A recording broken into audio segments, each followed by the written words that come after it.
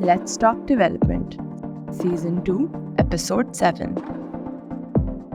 Welcome to the latest episode of Let's Talk Development, a podcast series by CDPR. We're going to discuss today climate change and energy sector in Pakistan. What is the path for greening Pakistan, the energy sector?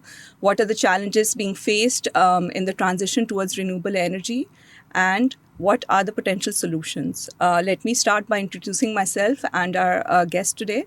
My name is Amna Shahab. I've been working in the development sector for 20 years, and I have a degree in environmental economics from Imperial College London. Currently, I'm a partner in an environmental consulting firm called Samawat. We are working today on different policy issues such as development of Pakistan's first integrated Pakistan Cooling Action Plan, in which we are supporting Ministry of Climate Change and Environmental Coordination.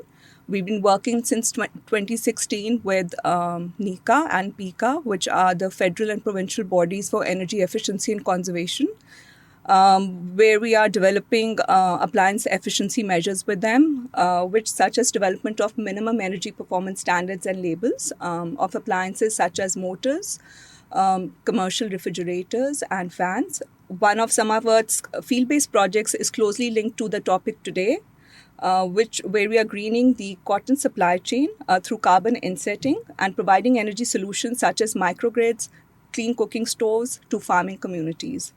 I'd like to now introduce our guest today, Professor Nauman Zaffar. He received his bachelor's and master's in electrical engineering from University of Pennsylvania. He spent a few years working at the electro-optic, magneto-optic labs at the university on development of a high-resolution frequency-swept microwave diversity imaging system in multiple simultaneous bands from 2 gigahertz to 60 gigahertz. On his return to Pakistan, he joined University of Engineering and Technology, where he worked till 2000 as an assistant professor in the Department of Electrical Engineering. He then joined Techlogics Pakistan Private Limited as vice president and head of professional services, where he has been associated with software solutions and services and design for 10 years in Pakistan, UAE, America, and China. His work of areas include understanding business needs, proposing and designing solutions, and carrying out development, rollout, and support lifecycle of the solutions in the domains of electric utilities, telecom, and manufacturing. He joined LUMS School of Science and Engineering in 2010 as a full-time faculty member in the Department of Electrical Engineering. He is part of LUMS Energy Optimization Committee and is working on establishing a research base in the area of power electronics, smart grids, and renewable energy. His current area of interest include DC-DC converters for solar PV applications, DC inverters for grid-tied distributed energy sources, and variable frequency drives for industrial, off-grid, and automotive applications. He also worked with Pepco and various distribution companies in Pakistan to propose solutions for power distribution management and smart solutions for load management. All of that is obviously quite a mouthful, and we will later discuss actually what it means so that it's easy for everyone to understand. So before we begin our discussion, I'll just set the context a little about what we think is the current situation. So while Pakistan is one of the most impacted countries for climate change, we're consistently rated in the top 10 countries. But our contribution is less than 0.7% globally where greenhouse gas emissions is concerned. And this has obviously led to our being very vulnerable to extreme weather patterns such as floods, droughts, and heat waves, which has impacted both food security and water security as well as livelihood of the people of Pakistan. So what exactly does the energy system have to do with climate change and greenhouse gas emissions? I'm not sure how many people are aware, but about 75% of the total greenhouse gas emissions globally are from the energy sector. That's why it's essential for us to think of solutions where we can switch to renewable energy and start towards the path of greening our energy sector to prevent or meet the climate goals that have been set by our international agreements. A lot of countries are actually already doing a lot of work.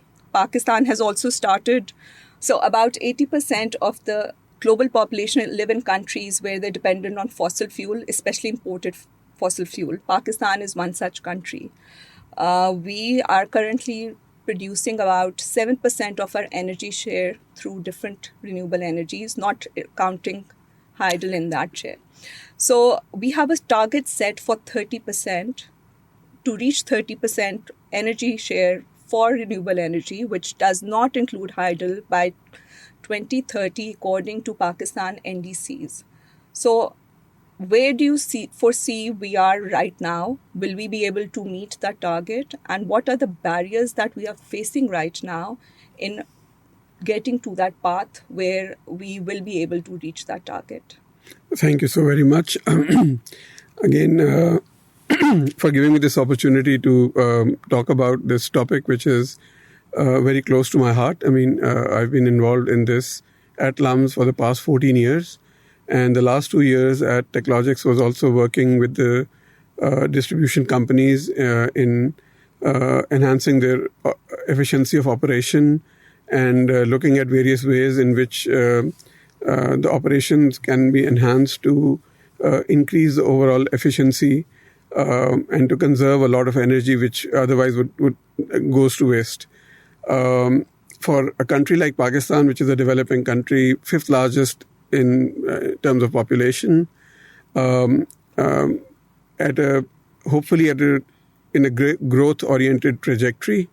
But at this point in time, we are part of the developing world, which basically means that our energy needs are expected to grow over the next decade and more, like other developing countries. And that's where the world is going to see a lot of increase in energy consumption. That in itself poses a lot of challenges. At this point in time, our per capita contribution to greenhouse gases is low. And part of the reason is actually our large population and low rate of industrialization, which if the country is to grow, these numbers are going to change. The good thing in that respect is that people are aware, the government is aware, the world is aware that the path that other countries could follow in the past, those paths may not be available to countries no matter what their carbon footprint is at this point in time. And for a developing country, that means that the risks are going to be higher, the costs are going to be higher in terms of their industrialization efforts. And in that regard, I think opportunities exist globally where Pakistan can tap into those and move forward. With regards to the renewable energy contribution or the portion in the overall generation of electrical energy, we are lucky in one way that we have historically had a fair share of hydroelectric. But the targets are, as you rightly mentioned, are 30% of variable renewable energy that is outside of the hydroelectric contribution. That, in my opinion, is a very challenging target for a country like Pakistan, where the grid is extremely weak, to say the least. And we do have a significant portion of the population that is not even connected to the grid. Increasing the contribution of renewable energy into the existing grid is extremely challenging. Even in developed world where the grid is robust, it has a lot of inertia.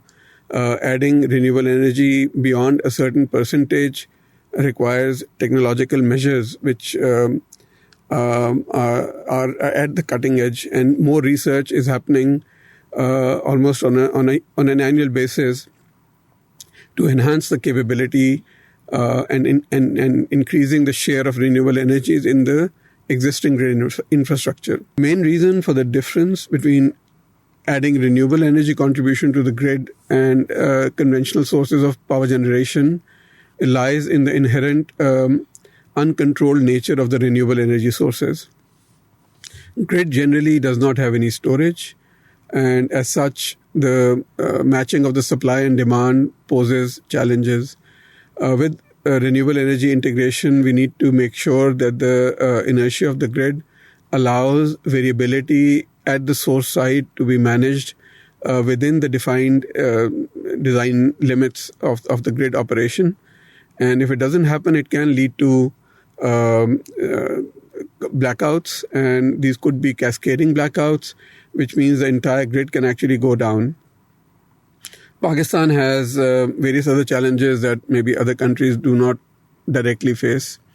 We are a very longitudinal country. Our east to west borders are much shorter than the north-south borders, and that requires a lot of transport of energy from one end to the other, and that too suffers from seasonal variation in availability of the generation sources and the load centers, and that poses an additional challenge. We are a country that sees all four weathers, and that in some way is actually good for the country in terms of the variability that the country sees and the kind of crops and fruits that we can produce. From an electricity consumption patterns, this also creates a lot of variability. Our demand-constrained supply varies from anywhere from 8,000 megawatts to about 30,000 megawatts annually. Compare that to a country like Malaysia, where the seasonal variation is low, and their annual demand variation is between 18,000 megawatts and 20,000 megawatts. That's a very stable demand pattern. And that basically means that the provision of electrical energy and power can be done in a much more stable manner, in a much more cost-effective manner. Of course. For us, that poses an additional challenge. And again, on top of that, when we talk about adding renewables, which not only have daily variation in the case of solar generation resources, but also has a lot of seasonal variation when we come to wind and try to integrate that into the grid. So the challenges are there, but again, for an engineer, challenges translate to opportunities. And for us, I mean, again, if it requires a more systematic approach, a design-oriented approach, a data-driven approach to decisions, where we can look at the problems, we can chalk out the paths to solving those problems and overcoming the challenges, and then look at our resources to see what approach, what trajectory would best fit the path towards a more greener, cleaner grid for the requisite energy and power provisioning for a growth-oriented commercial trajectory of Pakistan. Professor Nauman, thank you so much for the detailed listing of the challenges and what can be done about them. So in your opinion, which renewable technology currently has the most scope for adoption and expansion in Pakistan?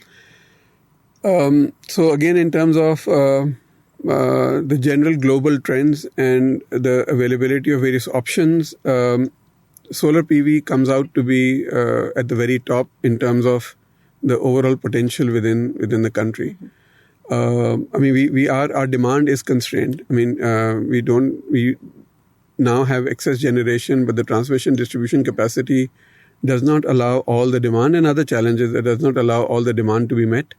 But if you look at the annual electricity consumption in the country, and we look at the total units, which is close to 130 terawatt hours, the amount of area that, when covered with solar panels, that can meet this generation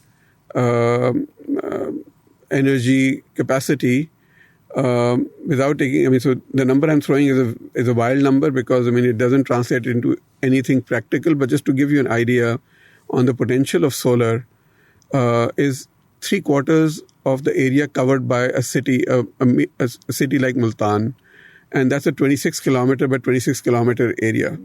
Compared to the total potential in the country, that is not a very large area in itself. So that's the kind of potential we're talking about. Of course, when we talk about solar, the energy is available when the sun is there, and the sun is not there 24/7. So we need to harness the energy, have the capability of storing it effectively and then utilizing it like whenever the demand is there. So we need to create the requisite infrastructure to translate this into energy on the tap model. And that requires another potential area of growth for a country like Pakistan, and that is effective storage. And when we talk about storage, there are multitudes of technologies available. These can be electrochemical. These could also be geological when we talk about pumped hydro storage. And these could take on a host of different shapes. And depending on the application, depending on the energy and the power requirement, and those two are distinct variables when we talk about creating a solution.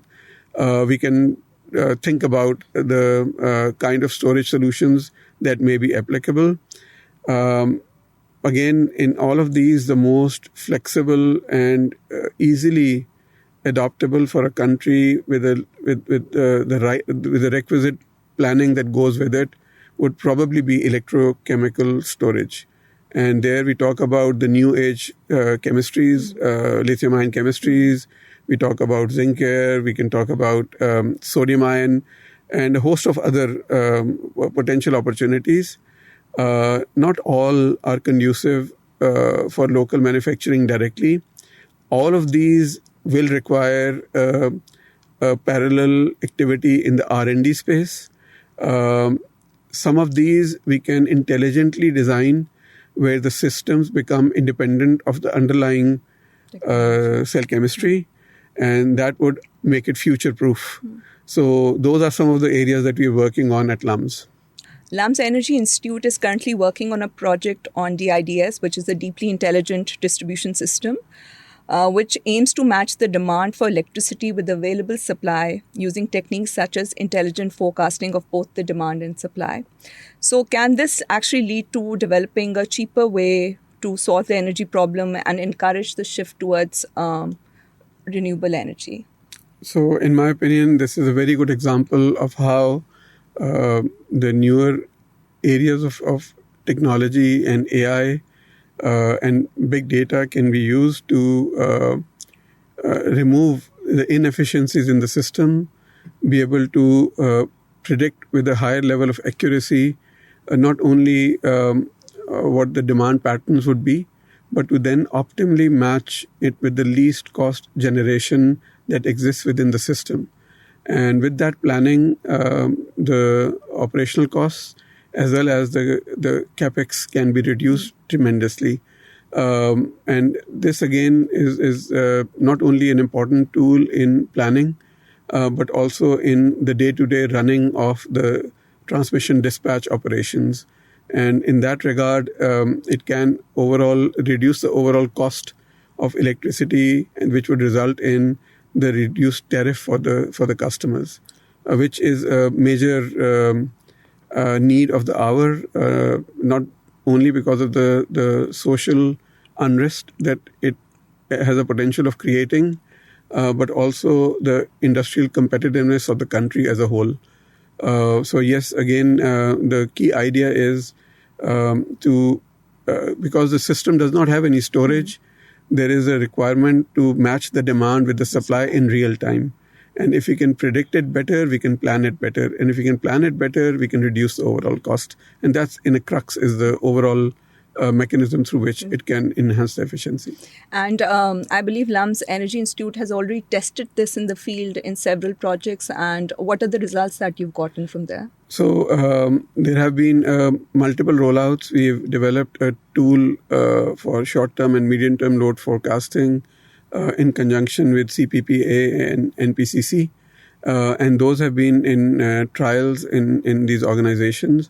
And again, allows the forecast to happen. And this is an important element for the move of the Pakistan electrical grid towards electricity markets. That's again something that LEI worked in conjunction with CPPA to bring together the entire power sector under one roof. The different entities could talk to each other, understand the capabilities and challenges that each individual entity would bring to the table, and then solve the overall challenges holistically rather than looking at it piecemeal, maybe optimizing a subunit and letting go of the larger optimization for the overall power sector as a whole. So yes, again, this is an essential ingredient of the electricity markets platform that Pakistan is moving towards.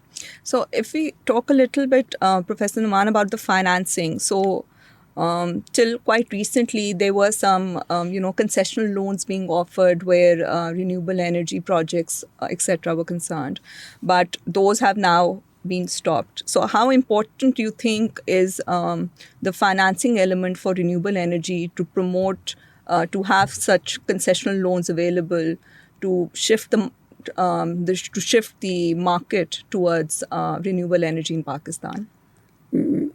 So again, here I'll take on a slightly more non-conventional stance in terms of the availability of concessions and subsidies and potential incentives from the government side. We all understand the fiscal constraints that Pakistan government faces, and in that, creating room for renewable energies is always going to be challenging. There are reasons why the government should still do it.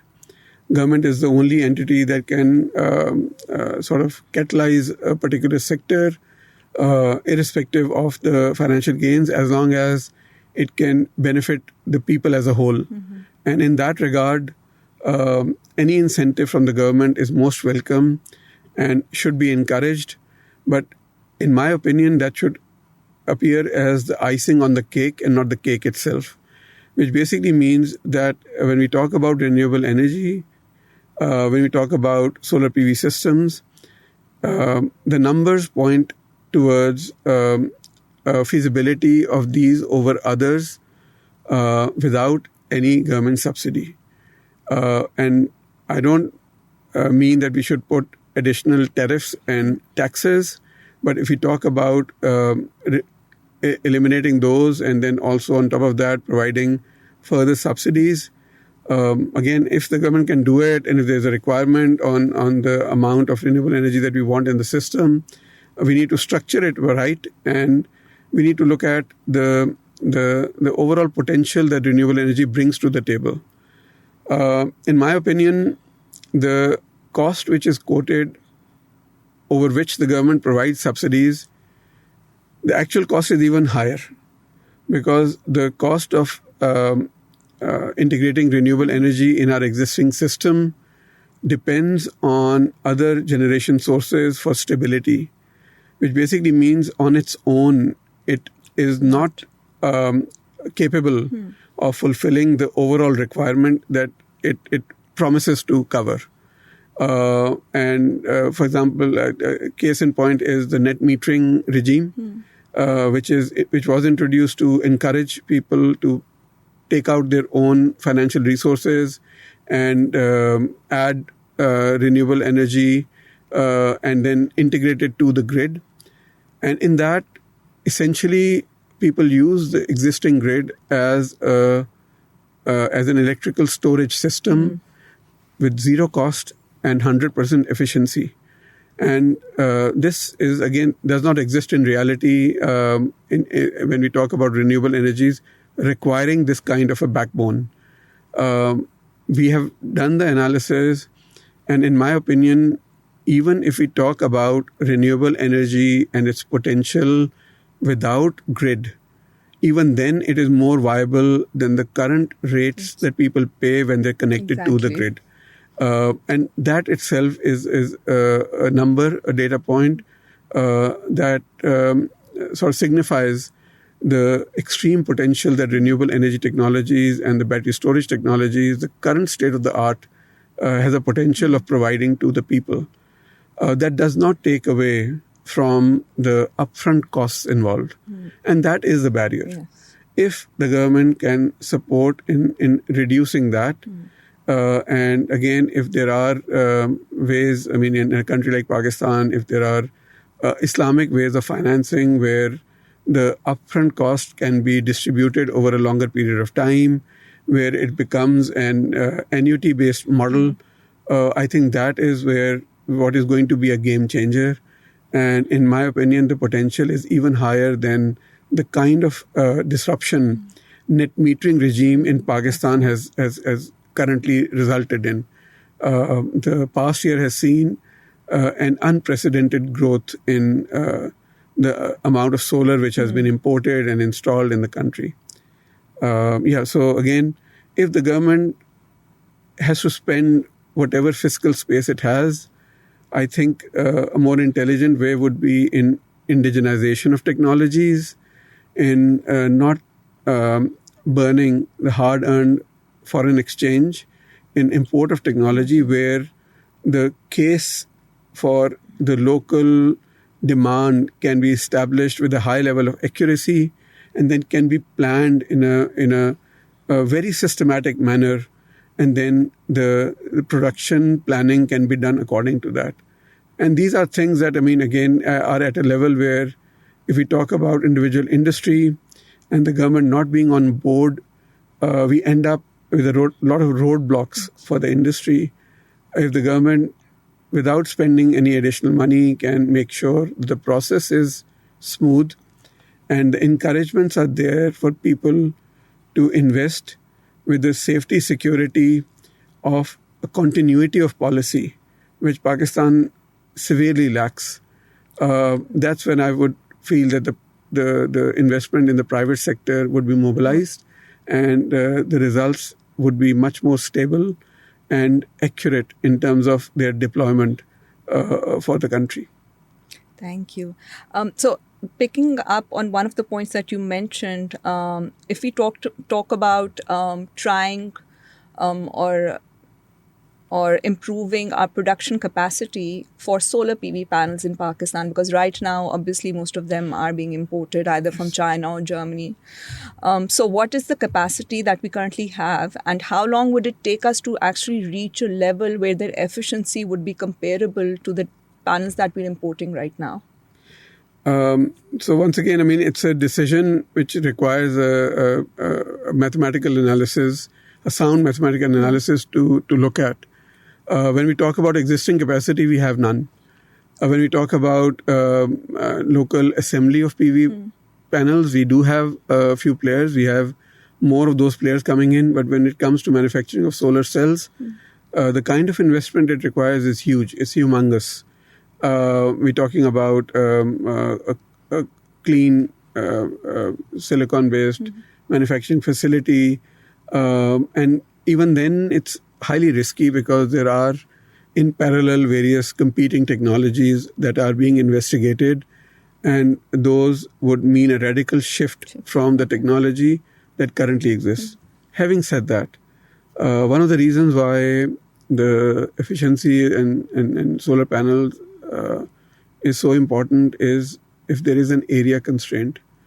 But I've already mentioned that for us, the annual production can be done in an area of 26 kilometer by 26 kilometers, which basically means that for a country like Pakistan, we have this opportunity where we can enhance our production capacity, and we do not have to, if we can start at the cutting edge, we'll be leapfrogging the areas in the middle. But even if you're not right there at the very top of cutting edge, if we are able to take out some of the prior technologies and install them in Pakistan, and maybe at a reduced efficiency, can still provide a lot more value to the country as a whole, and then would allow the fiscal space to grow the technology to maybe compete and then exceed what the current state of the art is in the world. Thank you. So what other new technologies is the LUM Energy Institute working on? So we work on battery storage systems, and we also work on the load side in managing and running the loads more efficiently. Okay. In my opinion, both of these, along with the generation capability through solar PV, for example, provide a golden opportunity for another segment. I'll talk about the areas, then I'll talk about the area that we can address. So when we talk about the battery manufacturing, again, like solar panels, we rely on the underlying atomic unit, lithium-ion cells, being an off-the-shelf commodity item. When we talk about its manufacturing in Pakistan, there is a potential, but it may not be possible without a partnership.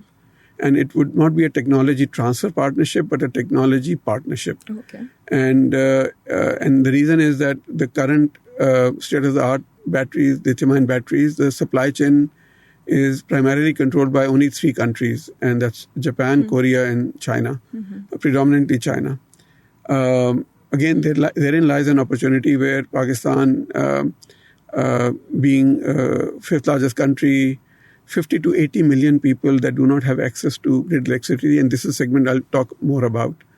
The UPS systems, the solar systems, the telco, the infrastructure which is required, that requires a backup system, provides an opportunity, a huge opportunity for battery systems to be implemented. Again, there is an upfront cost associated, but at LUMS, we work on cell chemistry independent solutions. We work on IoT-enabled battery as a service model system. We talk about energy as a service model. And part of that work spills over into our swappable battery-based systems for e-mobility. And that at its heart, at its core, has swappable batteries which contribute to maybe 50 to 60% of the total cost of the vehicle itself. And in that, if we are able to attain self-sustainability and create cutting-edge technology solutions that can overcome many of the challenges required to be overcome in the mobility sector, that's when I think the local e-mobility sector would actually take off. In terms of the load management, we talk about monitoring solutions. We have energy monitoring capabilities in the spin-off from LUMS that actually does that. We also have controlled operation of motor loads where we can run them from batteries, scale down UPS systems. We can also run them directly from solar panels even without batteries. And those are the capabilities which are required to serve our underserved community, 50 to 80 million people that are not served by the grid itself. Again, those are areas where this population segment, which compared to Australia, which is 10 times the size of Pakistan, and 1/10 the population of Pakistan, about 26 million, we're talking about a segment of society which is 2 to 3 times the size of the total Australian population. And without electricity, we will not be able to bring them into the productive folds of economy. So energy provisioning and doing it in a scalable, modular, sustainable manner is one of the, again, key areas that we research on. That's really interesting to learn that LUMS Energy Institute is working on so many cutting-edge technologies. It's very exciting to hear about it. And we talked about energy sector as a whole, and we talked about renewable energy. But I think we cannot ignore energy efficiency and its importance, because that's something that no matter what we do, without transitioning towards more energy efficiency requirements, appliances, building codes, etc., it is impossible to move forward where Pakistan is concerned. I actually wanted to come back to the renewable energy target that we have mentioned in our Pakistan's NDCs 2021. And we touched upon this briefly in the beginning as well. So we have a 30% target share by 2030. So how realistic do you think that target is, and what do we need to do to actually reach that? So again, my opinion is not something that many people are going to like, but in my opinion, the target is very steep. So in all probability, we'll miss it. I mean, that's the first point I would like to bring up. having said that, I mean, it's still our responsibility to actually try to fulfill the commitments that the country has made. The way we're going about it, in my opinion, is not correct. Okay. Because we have a weak grid, and our major thrust is in trying to meet the numbers by looking at grand projects that get added on top of a weak grid, and that destabilizes everything. And the cost and price points are not something that the power sector can sustain. The kind of contracts that exist in that domain. If I were to look at it, I mean, again, in addition to maybe other solutions, my focus would be on serving people who are not even serviced by the grid. And that's where the major potential lies. Because either the government is committed to all its people or it's not. And if it's committed to providing electricity not as a luxury but as a basic necessity of life, then these 50 to 80 million people have to be served. When we think about serving these people, serving them from the existing connected grid is close to impossible, even if Pakistan had a lot of financial resources to burn. But this again creates an opportunity where if we can come up with scalable modular systems that can have a bottoms-up approach of creating a grid.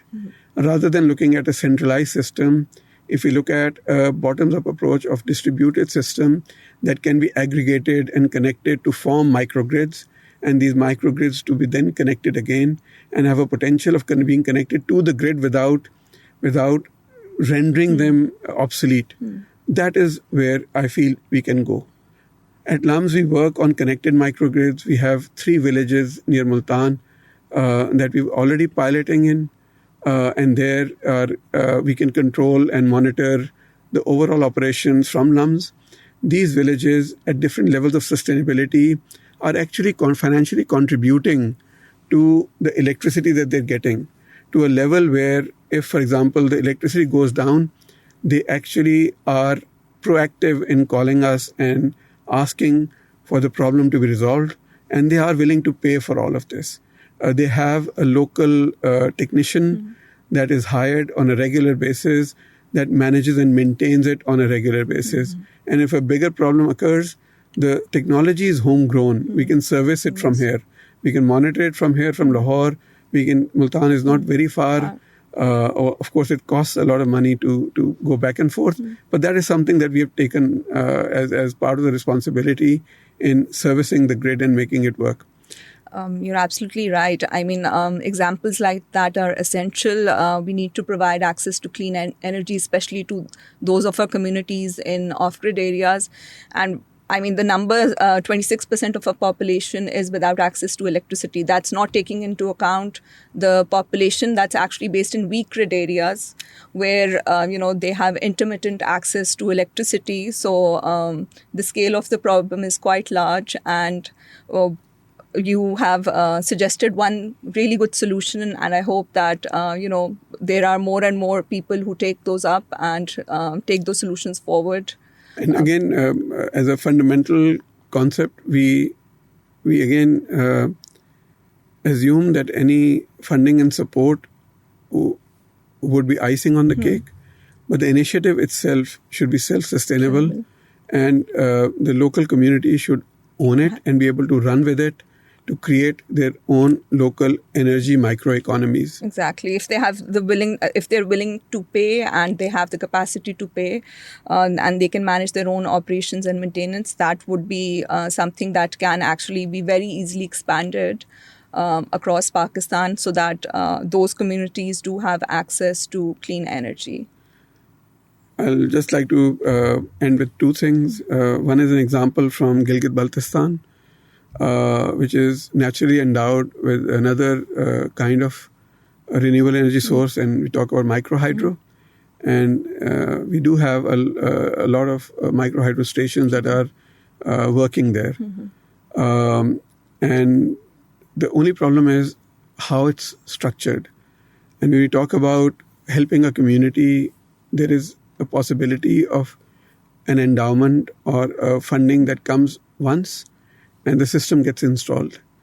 But keeping it operational in a sustainable manner requires not just a sustainability-driven tariff pricing model that the community owns and sort of adheres to, but it should be a growth-oriented model.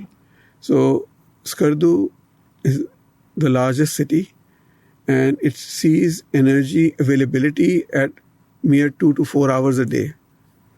Although, again, it's at the center of a lot of renewable energy resources. And the reason is the price of electricity is very cheap. So people can buy electricity at 2 rupees to 5 rupees, maybe up to 8 rupees a unit. That's all they have to pay.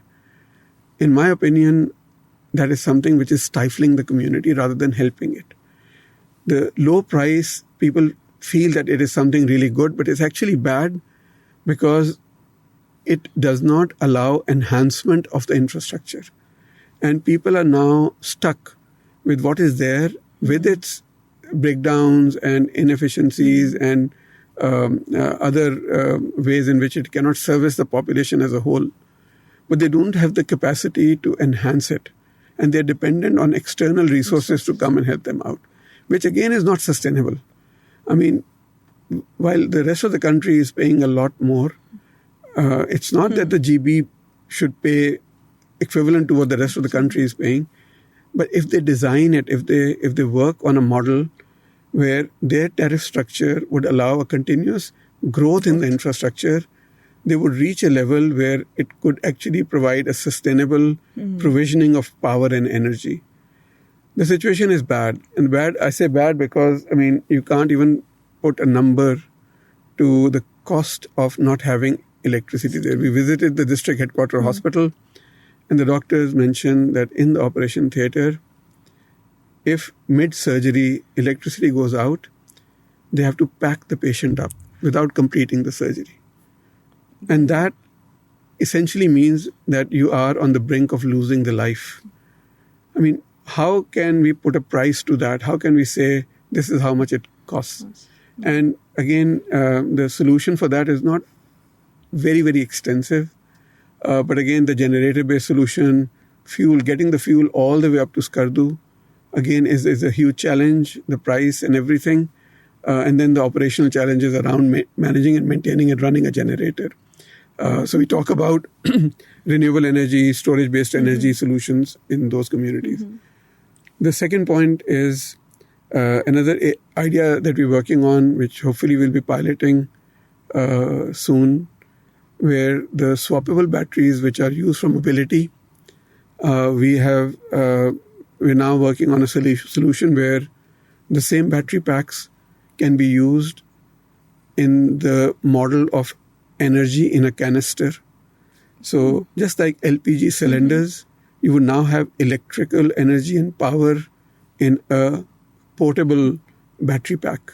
That's so interesting. And then we're thinking about what we're working on is adding different types of converters on top that are demand oriented and can service different kinds of loads.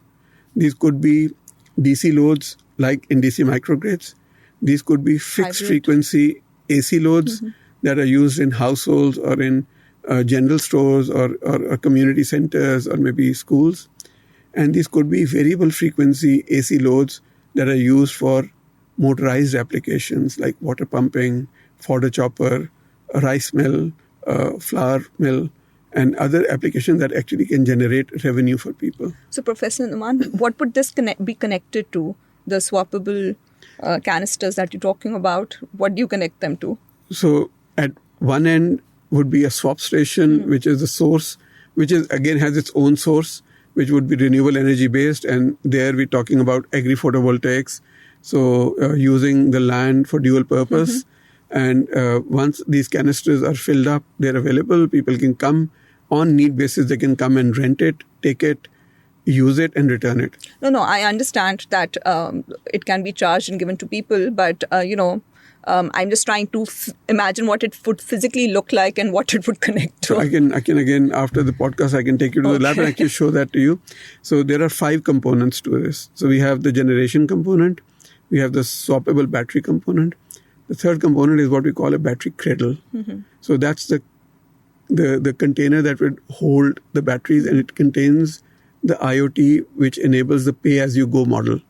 And then we have the swappable batteries, and then we have the converter modules that go on top. These 5 modules, these 5 components together form what we call, at this point in time, we call it the energy, food, transportation nexus. So it enables that. The best part is our preliminary analysis tells us even if we buy these components and put a reasonable margin on the purchase price from the cost element and then service it to people, the cost of providing electricity to people comes at 65% of the cost that people are paying when they're connected to the grid, which leaves a 35% margin. That's actually a 65% margin over the cost for people to use it as an energy microeconomy, energy delivery service. That's very useful. Yeah. Especially given the rising prices of electricity, the people who are without access to electricity. So, the cutting-edge solutions that LUMS Energy Institute are working on, they're very inspiring, and we hope to see them on a larger scale. Thank you so much, everyone, for joining us for the latest podcast of CDPR. And I hope that Professor Nauman's words were very useful and inspiring for everyone as they were for me. Thank you. Thank you.